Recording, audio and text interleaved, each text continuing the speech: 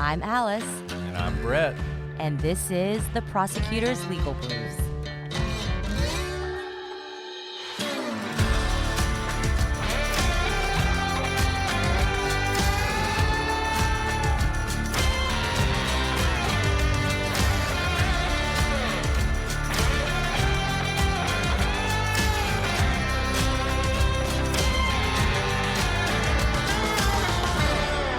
Welcome back to the Prosecutor's Legal Briefs. I'm your host, Alice, and I'm joined, as always, by my natural co-host, Brett.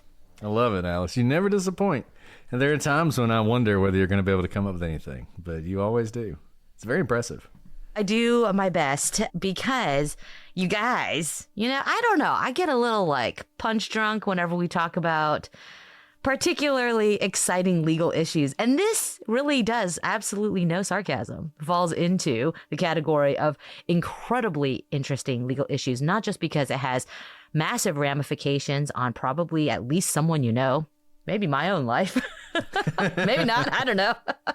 And just from an apolitical perspective, legally, I think this is such an interesting question. What are we talking about? Something you may have seen in the news. I don't know.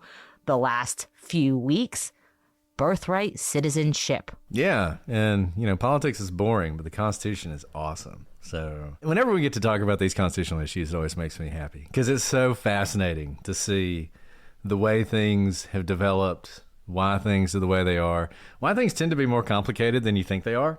This is one where I think a lot of people feel like this is just very straightforward, but it's actually not. It has this long history. In fact, we're going to do 2 parts on this because discussing the history is going to take up a whole part. And then talking about the Supreme Court jurisprudence will be another part. So I'm looking forward to this one.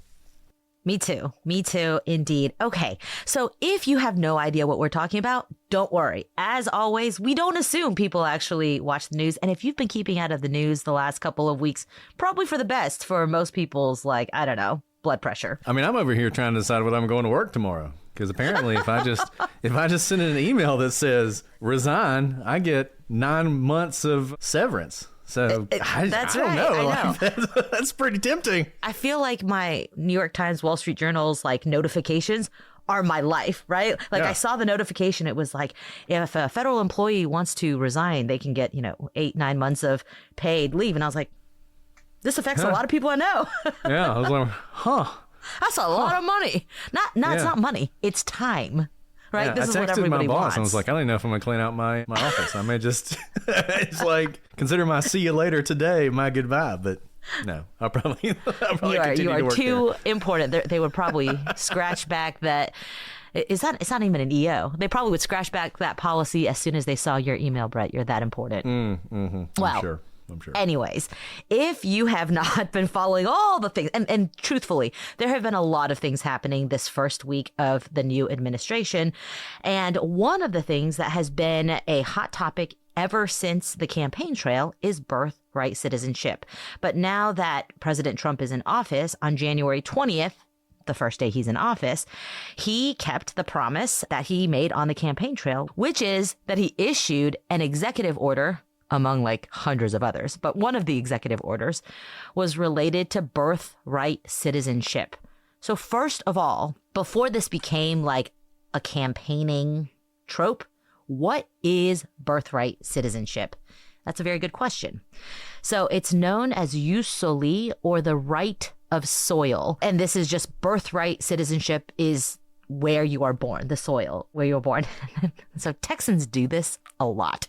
I don't know if other states are really into this, but Texans feel jus soli to their bones. I have many friends who move elsewhere in the United States, not another country. I'm talking they live in Mississippi, or they move to DC for a job and they're about to have their child, but they want to make sure their child is jus soli Texan.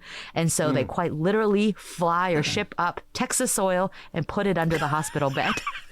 This is not one friend who's done this. This is dozens of my friends who have done this. Is this a Texas thing? Yeah, that is. Well, I mean, maybe somebody's going to write in and say other states do that. I will say this. I love the state of Alabama. I'm Alabama to my core. I've never heard of that or thought of doing that. I'm not laughing. I'm saying this because just in researching jus soli, I realized perhaps this was a weird thing that Texans did. Yeah, that's something else. Texans, man. I don't know what it is about Texans. That is, look, I appreciate it. I appreciate that, that love. Okay. But wow. We're getting a little tangenty, but I hope that example that tells you exactly what jus soli means, right? Where the soil you are born on, that's where you are a citizen. Joe in the chat points out something interesting. Is that why you were married in Texas? Is that the only place it would be legally binding if you actually were married in Texas? I'm not going to say I didn't have a little Texas dirt in my pockets when I went to the hospitals for my other kids. Just saying. Wow.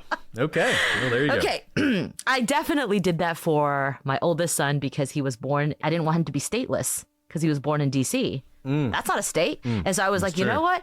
I don't know if this is like appropriate or constitutional, but he doesn't have a state, so at least I'm giving him a state. So I definitely did it for him. Okay. Learn something All right, new about you every day, real Alice. quick. This is getting weird real quick. Now, here's the thing that we are quickly finding out about jus soli. What I just described about Texas, apparently not every state does that. And here's the thing. Birthright citizenship in this manner is actually almost uniquely a new world concept. So most countries in North and South America have birthright citizenship, in which, generally speaking, if you're born within a nation's borders, you're a citizen. The exceptions are Colombia and the Dominican Republic, which generally require that the parents of the child to be citizens as well. Around 33 countries have birthright citizenship. I'll say, growing up in the United States, I was a little bit shocked when I realized that birthright citizenship, as I guess we've kind of understood it most recently, was not something that any of my family in like the Asian countries have. You have to be by blood. Your parents have to be by blood a citizen for you to be considered a citizen there. So it is very unique to the New World. And we're going to talk a lot about the blood aspect as well, because there are another 30 or so countries that have some combination of jus soli and what is called jus sanguinis. Killed it. It's not like I didn't listen to some how to pronounce YouTube on that. How sanguine of you. Anyways. Exactly. And many European countries have this version of birthright citizenship. But it typically applies, because you have the jus sanguinis aspect, it applies kind of like in the Dominican Republic and Colombia to children who are born in a country and at least one of the parents is a citizen or a permanent resident. So Britain and France, for instance, follow this rule. If you're born in Britain and one of your parents is a citizen, you're a citizen. If you're born in Britain and one of your parents is a permanent resident, you're a citizen. So several of these countries also have something that's kind of along the lines of, you guys may remember the Dreamers, which were kids who were brought to the United States at a very young age, had lived here their whole lives. What is their status? A lot of these countries have, if you've been there, it's almost like adverse possession of citizenship. If you've been there for a long enough period of time, you can also become a citizen. Just different things depending on the country. It's kind of all over the place. So there is this sort of blood aspect that goes even in a lot of countries that have birthright citizenship. It's sort of a kind of a quasi birthright citizenship. Right. So the rest of the world and the majority of countries practice what Brett just described, jus sanguinis. It doesn't matter if you're born in the country. If you aren't the children of citizens, you aren't a citizen. So countries like Russia, China, Japan, most of Eastern Europe, most of Africa, etc., they all follow this rule. This is what I mean when I say the majority of the world has something different than what we typically think of as birthright citizenship in the United States. So some countries include a right of return. Famously, Israel allows anyone of Jewish ancestry to return to Israel even if they were not born there, have never been there before. But if they are of Jewish ancestry, they can go to Israel and they can become a citizen. In addition, pretty much every country allows some version of jus sanguinis. If your parents are American citizens, you are a citizen wherever you are born, for instance. So if your parents are traveling in another country, you're a citizen. In some cases, you'll have dual citizenship. I think Ted Cruz is like a dual citizen of Canada and the United States. I think he eventually renounced his Canadian citizenship because he was actually born in Canada, which all that, that's another, that's like another thing, like when you can run for president thing. because we've had several presidents. Some people think you have to be born in the United States. Even if your parents are both citizens, if you're born somewhere else, you can't run for president. And we've had several presidents who were not born in the United States. John McCain was born on a military base, I think in Panama. I may be making that up. Ted Cruz was born in Canada. They both ran for president. So that's like a different version governed by a different principle, but interesting nonetheless. So that's sort of the state of play for citizenship around the world, how you become a citizen.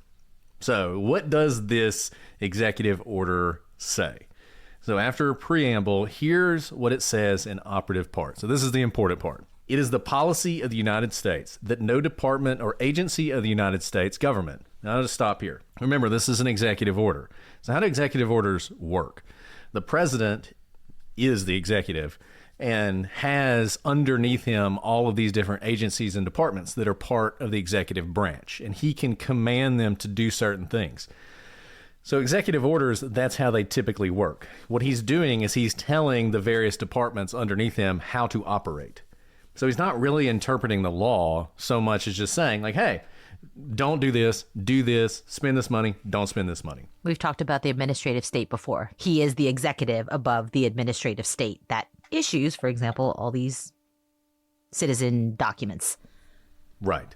So in this case, he's saying, hey, all the departments and agencies underneath me don't issue documents recognizing United States citizenship or accept documents issued by state, local, or other governments, because frankly, a lot of this happens in your local, in your states, in your cities. Birth certificates are issued. I mean, that kind of stuff forms the basis for citizenship in a lot of cases. So he's saying, hey, don't you do it and don't accept it either. You know, if there's a state that disagrees with this and they send up a birth certificate for someone who shouldn't be a citizen, don't accept it. Purporting to recognize United States citizenship to persons. So here is the group of people that the executive order purports to exclude from birthright citizenship. When that person's mother was unlawfully present in the United States, and the person's father was not a United States citizen or lawful permanent resident at the time of said person's birth, or when the person's mother's presence in the United States was lawful but temporary, and the person's father was not a United States citizen or lawful permanent resident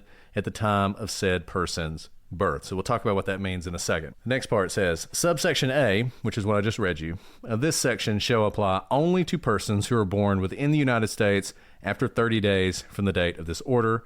And then subsection C, nothing in this order shall be construed to affect the entitlement of other individuals, including children of lawful permanent residents, to obtain documentation of the United States citizenship. We always say it's incredibly important for you to go to the source, especially here, because you're going to see a lot of news sources purport to say that this executive order does things that it doesn't. So before we actually talk about what this executive order does, let's talk about what it does not do. It does not have any effect on current citizens. However you got that citizenship, whether you fall into those categories today or would have fallen into those categories at the time you became a citizen, doesn't matter. If you're a citizen today, you're a citizen.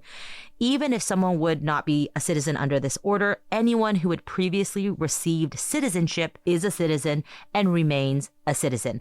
And we know this would be the case even if his executive order didn't explicitly say so, because it's consistent with what the Constitution's ban on ex post facto laws is. We can't change laws on you, backward seeking. There's an unfairness to that, and you can't foresee that sort of thing happening. So these types of laws do not apply ex post facto, and this one doesn't apply to anyone who's already a citizen today. And one reason we're covering this is because we got so many requests to cover it. And a lot of the requests were people who wondered, how does this affect my kids? How does this affect X, Y, and Z? Which I thought was interesting because a lot of people just assumed this is forward and backwards to the beginning of time. And as Alice notes, that is not how it works.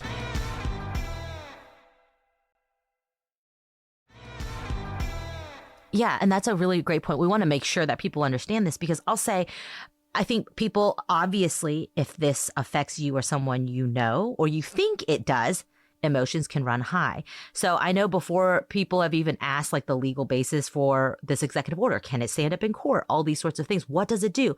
One of their first things they'll say usually to me is like, well, you wouldn't be here. And I was like, whoa. Like, let's see what the text of the order says.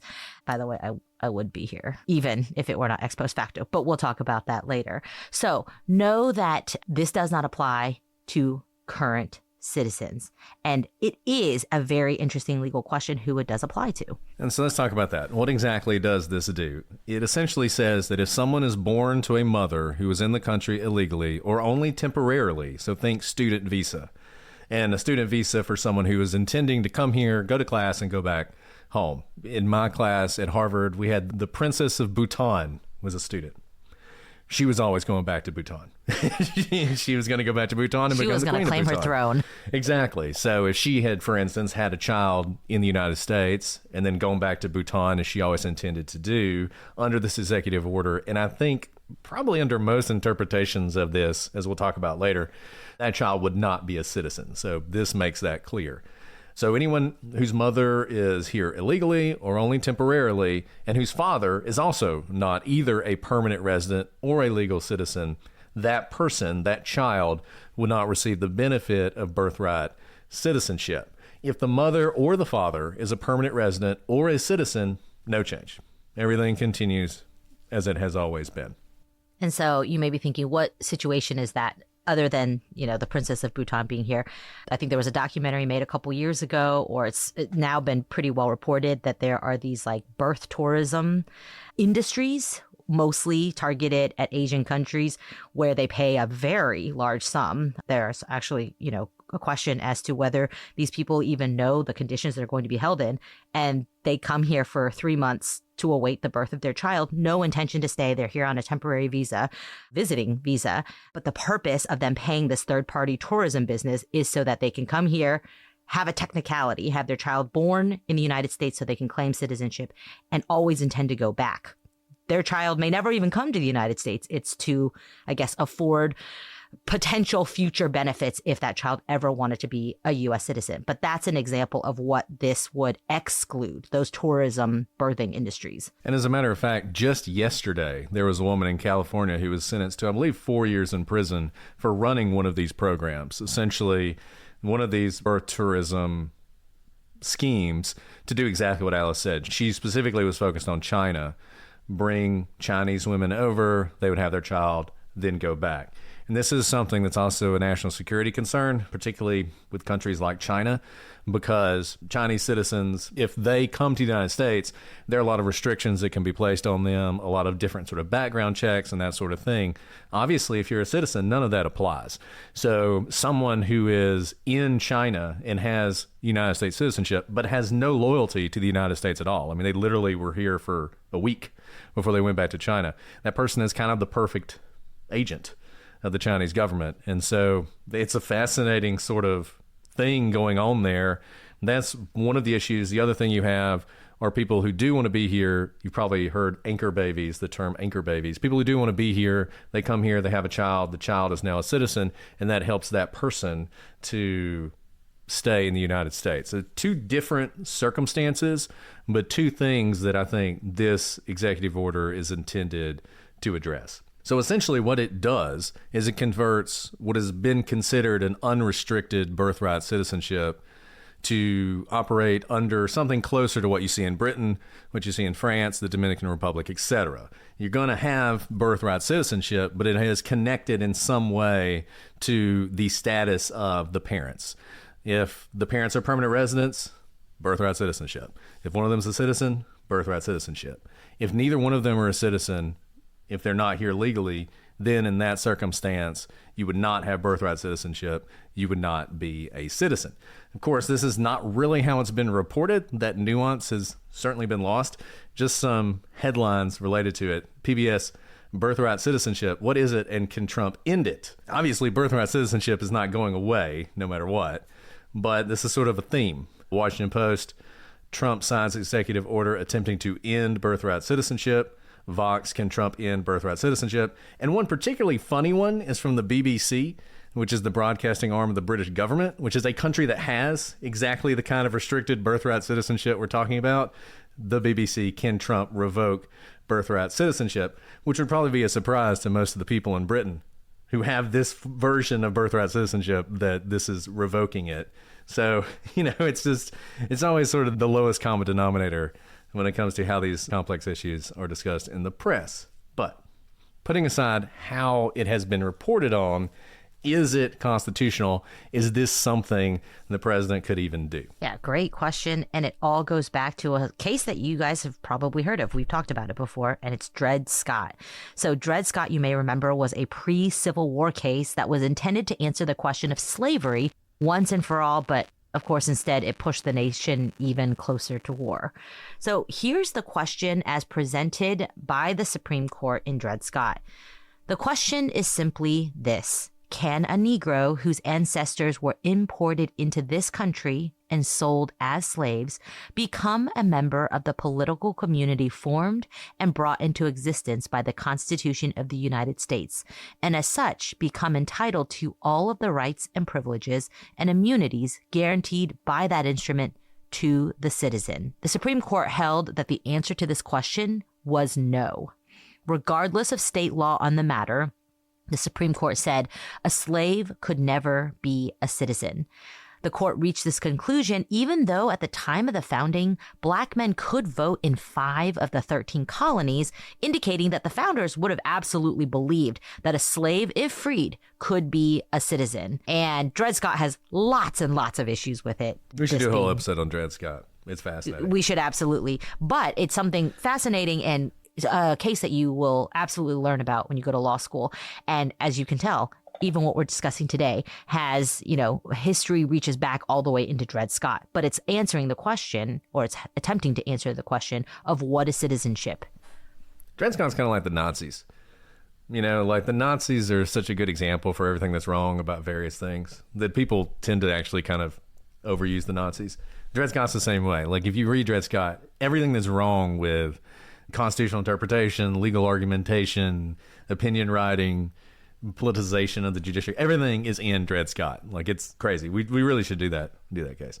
And Dred Scott was immediately hated and very divisive, but overturning it actually became a core plank of the Republican platform. The Republican Party, which had formed very close to this as an anti-slavery party, which became sort of a northern party, whereas the Democratic Party became much more of a Southern party, setting up the Civil War. And it would take the Civil War to do it and overturn this opinion, though technically it's never been overturned. But in 1866, right after the Civil War ended, Congress passed the Civil Rights Act of 1866.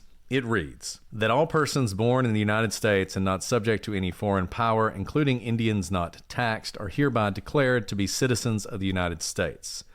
This applied to every race and color without regard to any previous condition of slavery or involuntary servitude. So that's how the Civil Rights Act of 1866 read, which was meant to basically overturn Dred Scott and make it clear that in the United States, we were going to have some version of birthright citizenship that would apply to a lot of different people. So the Civil Rights Act of 1866 was in response to Dred Scott, but Congress also recognized the problem because Dred Scott, as we said, was not overturned. It was still the law of the land.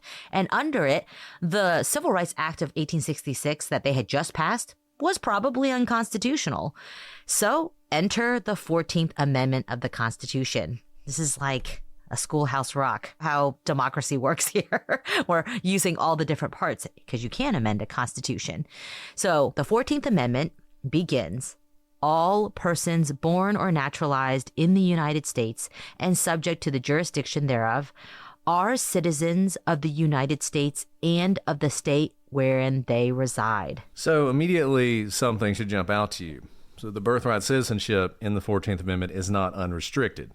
In order for a person born in the United States to be a citizen, they must be, quote, subject to the jurisdiction thereof. And that's the rub. That is the thing that people argue about what exactly that means and how exactly it is a limitation on this form of citizenship. So, as always, what does it not mean?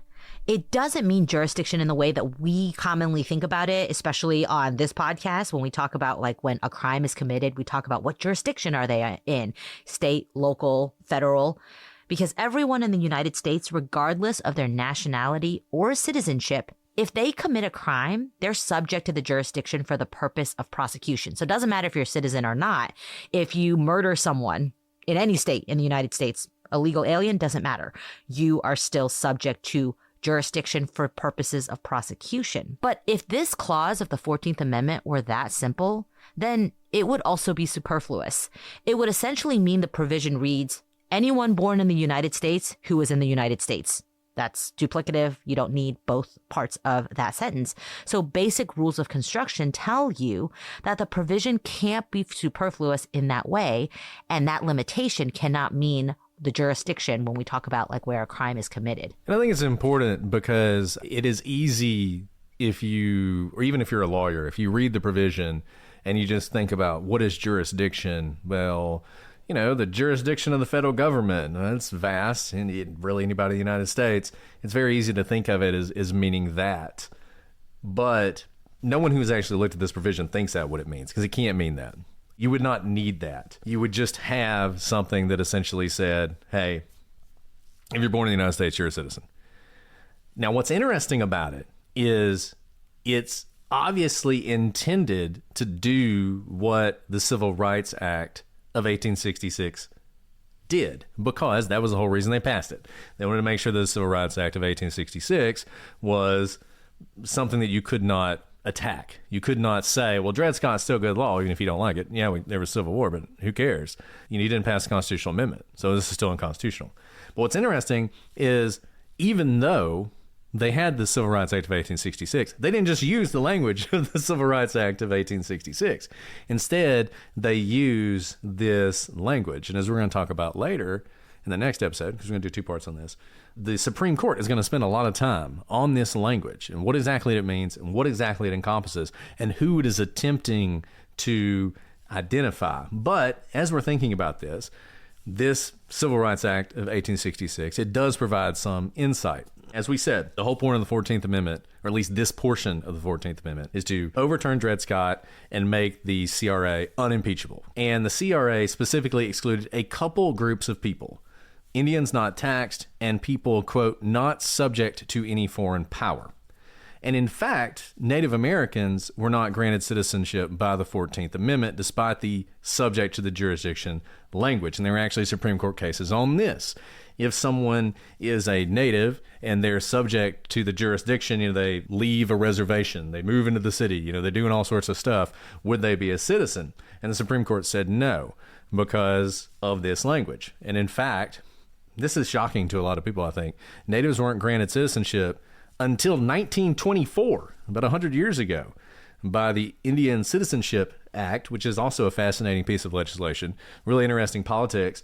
Very interesting how the various tribes reacted to it. Some of the tribes were very much in favor of it. The Oneida Indians were very much in favor of it. The Osage, very much in favor of it. But a lot of the tribes weren't.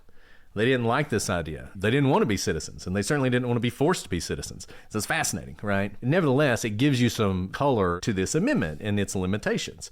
And there were other groups, specifically the children of diplomats, for instance, which were never considered citizens for obvious reasons. You know, they're here on behalf of a foreign power. Yes, they're living in the United States. You know, some of them have diplomatic immunity in the like Lethal Weapon 2 idea, but a lot of them didn't. I mean, you know, some even people who were just part of the diplomatic corps who very much could be prosecuted were under the jurisdiction were not citizens because they were considered to be sort of under the authority of a foreign power, subject to a foreign power. Yes, they're in the United States, but they're not in the United States in the way that the 14th Amendment is supposed to encompass. So, given all this and this sort of backstory, if this debate were taking place in, say, the late 1800s, I think the administration would probably have a solid argument about what they're trying to do here and how they're trying to carve this out. But there's a big strike against them. Because typically when you're interpreting an executive order or interpreting really any law or any constitutional provision, one of the things you look to is how has it been interpreted? Like, is this a big change? For how long has this been considered to be the way that this constitutional provision should be read? This idea of precedent and tradition carry a lot of weight when you're trying to interpret constitutional provisions.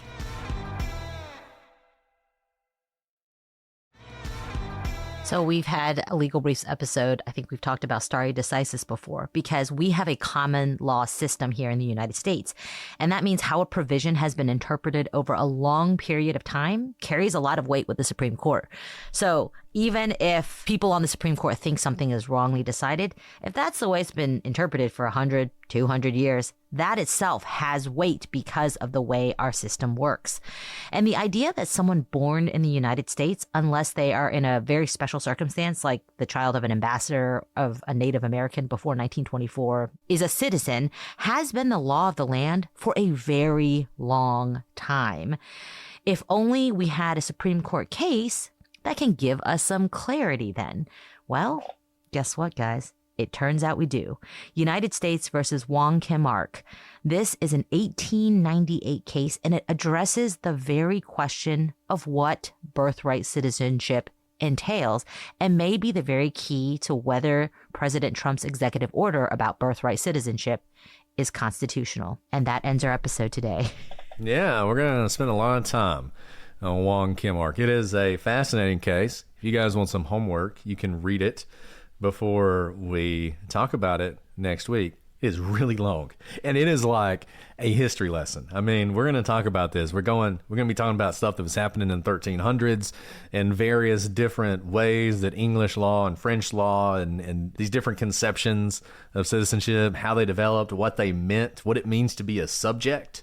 I mean, just some fascinating stuff. And the Supreme Court really digs into this to try and figure out what this constitutional provision means. And I think that's fascinating for a couple reasons. But one reason it's fascinating, and one reason that I think is worth remembering, is these questions are nowhere near as simple as people try and make them out to be. You know, it's always politically advantageous to act like something is either obviously true or obviously false. And if you followed any of the debate on this the last couple of weeks, that's essentially what you've seen. If you see people who support this executive order, they will act like this is so clearly the case, it's just absurd that anybody would disagree. And then people who think this is an unconstitutional executive order will say the opposite. This executive order has already been enjoined by a federal judge who said it was like the most unconstitutional thing they ever saw. Now, of course, they picked that judge for a reason because lawyers are smart. We are not dumb. There's a reason the lawsuit wasn't filed in Texas, for instance, because if it had been filed in Texas, it is likely that a judge in Texas would have had a much different view. Manipulating the courts is very easy because you can identify what judge is going to get your case depending on where you file it. So if you see an executive order or a law passed by a Democrat, it's going to be challenged in various places in Texas or a few other places. One judge courts are particularly popular because if you file it there, that judge is going to get it. So you may recall in the first Trump administration, there were a lot of Hawaii cases, there were a lot of Washington cases. And so that is another legal briefs, whether that's a good thing or a bad thing, that you can essentially judge shop, find a judge, and they will issue a nationwide injunction, and then it freezes in place whatever's happening. Abused by both sides, but something we can talk about some more. This issue, though, is probably going to continue to wind its way through the courts because what we're discussing has some novel elements. It would not surprise me to see this in front of the Supreme Court. At the end of next episode, we're going to tell you what the law actually is, because I think we're really good at predicting things. We're going to know exactly what the law actually is, or what it's going to be, and how the Supreme Court's going to end up voting. We're going to do that. So get your votes together, Alice. It's not like we said in literally the last recording that we did. It's not that we're good at predicting. It's that this is the way you want your law to be. All we do is we've read a lot of the law. We know how the law is shaping up and what the rationale is, because what you don't want is a whack-a-mole system of legal jurisprudence. So when we say we are good at predicting, anyone who's like learned in this area should see where the tea leaves are falling. It should not be a total surprise. Although, of course, every season of the Supreme Court has their surprises. So I'm not saying there aren't surprises every season, but on this season of SCOTUS, this season of SCOTUS, Supreme Court. who will get the rose? Yeah, exactly. You always gonna wonder. But this is a very interesting question. I think it's really worth spending 2 episodes on because of how much history goes into this. I mean, this goes to the core of what it means to be an American, which I know we have a lot of international listeners, but for Americans and Texans, that's a very important question and something that I had never really thought that much about until this most recent debate on the campaign trail and now with this executive order. Yeah, I mean, it is fascinating. And I think another thing, or another reason I think it's important to discuss it is just because I think it's important to talk about these things and sort of talk about them in rational ways. Talk about sort of what the facts are on both sides.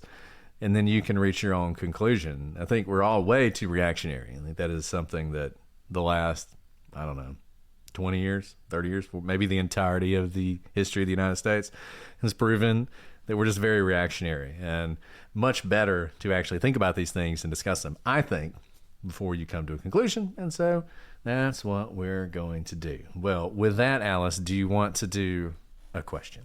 Absolutely. This is a more sort of what we expected the length of legal briefs to be. It's actually a little long. I know. There was a reason we call it legal briefs. It was supposed to be brief. It was going to be like But 20 alas. minutes. We were going to do like 20-minute shows. Yeah. I just think you lied to me when I was like, can we handle another podcast? You're like, it'll be 20 minutes. It's going to be 20 minutes. We can do 20 minutes in our It's so easy. sleep. You could do it in your sleep. Yeah. That's pretty much what I said. Okay. This is from Best Review Comment Ever. Wow. And setting It's already yourself the up best. for a high bar. I have noticed a trope in movies and TV, which, as we said in the last episode, that probably means it's not true, where a cop will demean their informant/snitch for being just that. I find it ironic that cops have the same position for a snitch that someone in the criminal world would have, and counterintuitive, because how does degrading the informant for being a snitch motivate them to continue snitching? My question is, do you find this trope to have any truth in your experience and interactions with law enforcement? No.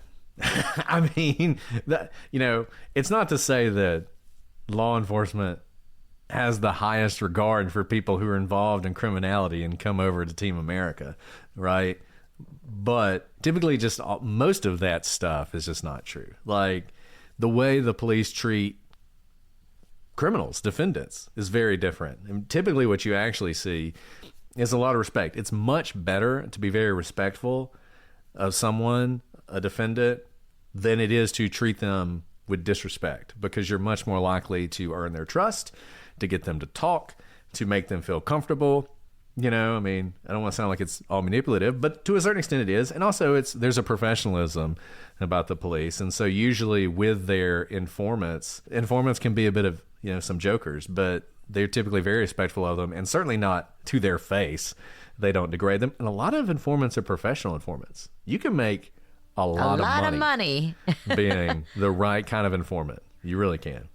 Yeah, absolutely. And I think maybe, so it's not the trope, but we've talked about this before, like jailhouse informants who claim to have information, but it's not really information, or it's not useful information, or they just make it up because they're bored, or they're trying to have some sort of chips to be able to, exchange to better their position, whatever it may be. So law enforcement, we have to make sure that we are sussing out the right informants, but it doesn't mean like you treat anyone with less than courtesy. But it's possible that you may have that jailhouse informant who there's no way that they know who killed John Benet Ramsey. They weren't even alive then. Like, if he's over there being like, come help me get on parole, I'll tell you who killed John Benet Ramsey. Okay, buddy. Like, I'm sure you do. They have to be discerning about which informants have useful information and which ones they'll utilize, because actually there are a lot more people who want to be informants than the law enforcement actually need. We don't really need super low level people. It's much more useful to have someone who has access to the kingpin, right? Someone who is in the know, who knows the lingo, who knows when shipments are coming and going, and who can get the information that is actually useful for these takedowns. So in actuality, just because you sign up to be Team America and you may like live a little bit in the gray area of, what is legal, doesn't always mean you'll be taken up on it. So there's that as well. So one more. Kimmy Sema is a lawyer who hates being a lawyer and wants to know our thoughts on transitioning to another career. Love it. I'm just kidding. Sorry. Being a lawyer is wonderful. I hope you're a government lawyer, because if you are, You 8 can months. resign today, literally resign today. 9 months. Yeah, 9 months. So I do think it is a little difficult. Hopefully it changes with time now that the barriers, like law school is so expensive and it takes up, at least 3 years of your time. If you're going to night school, it may take up even longer, that people are not just looking at it as a default degree. Because I think for a very long time, when people would say like, I don't know what to do, I'll go to law school. That's a very common trope, right? Because it's not a specialty in like you have to know sciences or you're not going to be operating on people. It's really a school of thought, right? You're going to law school to learn how to think, which you can then apply to many different aspects. But we always tell people only go to law school if you want to be a lawyer, because if you want to be a politician or you want to be a great writer, there are other avenues to get there that will better prepare you than, a $6-figure debt, 3 years of your life, and being next to probably not very interesting people for a very long time. So with that, I do think there are It was pretty depressing for this person who's already a lawyer. I know, right? With that said, I think there are a lot of people who enter the law, even wanting to be lawyers, and then realize it's not like TV. It's actually so much grind. It is a very unforgiving profession. It is not, I always say, it's like the worst mistress ever. It is not conducive to like a life, a lot of legal jobs. So I understand a lot of people burn out. And I think people should totally transition out if they're transitioning to something they're passionate about. So I think just leaving the law, which is a stable career, could be a stable career. It may be foolhardy if you don't know what's next. And I think that it's a good point. You may just hate the law you're doing. And there are a lot of different legal jobs that you could think about, and people can reinvent themselves in the middle of a career, even if you spent the first 10 years doing corporate law. If you want to be a litigator, you can always hang out a shingle. You can always learn how to do a specific thing. You have all the skills to do anything in the law. So there's always that option. But it is certainly the case that you do find lawyers all over the place. I mean, you'll find lawyers in every single job in America. And the number of times we'll run into people who will say, oh, yeah, actually, I went to law school. Now I write movies in Hollywood or whatever. I mean, there are a lot of different options. So I would say, think about, number one, is it really the law you hate, or do you just hate your job? And frankly, it may not even be the area of the law you're in. You just may be in a place that's bad. I hated being a lawyer the first year I was a lawyer because I hated the law firm I was at. And in my mind, I've always thought I never want to go back to a firm. But that's probably wrong. It was just that firm was not right for me. There are probably firms where it would be fantastic. So I would say keep an open mind. And just remember, you have this massive skill. You have this massive ability. You've proven yourself in a lot of ways. So don't feel held back. I mean, think of this as an opportunity to do something. Maybe you should start a podcast. Look, there's plenty of really bad lawyers who have podcasts and very successful YouTube channels. So you could do that. And we would support you. Let us know when you start your show. Well, that was great. Thanks for these questions. If you don't know yet, you can ask a question. We will answer it. It could be about the law. It could be not about the law. It could be personal advice, whatever you want, if you leave a 5-star review. And we love hearing your thoughts about this episode and anything else you want to hear about from here on out. This is what this podcast is for, to answer and delve into legal questions that you have about what you see in the news.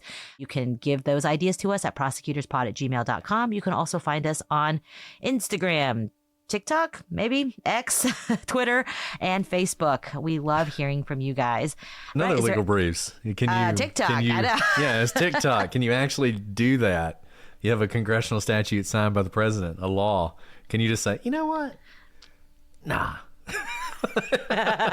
No, I'm not sure you can do that either. So, Yeah. Look, this is like, we are in a time of wealth for Legal Briefs episodes because I want to know the answers to these questions 3. as well. No.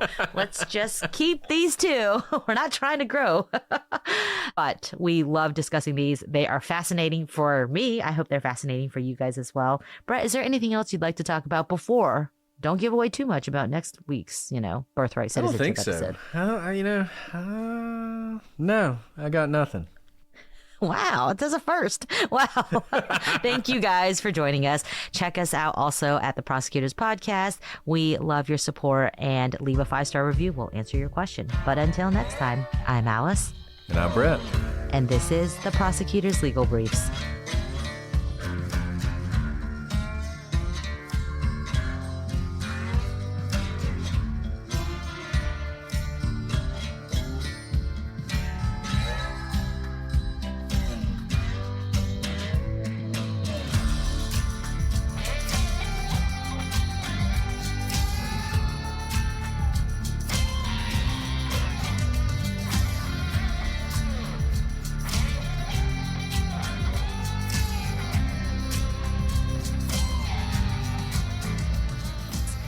Hey, there you go. But isn't that funny? That is funny. I had I'm like gonna go live too. Yeah. Can I okay, go live? Fine. Yeah. But like, I literally have top security clearance and I couldn't figure it out. You know? I guess we just didn't They care. only the FBI, because I have my FBI background check.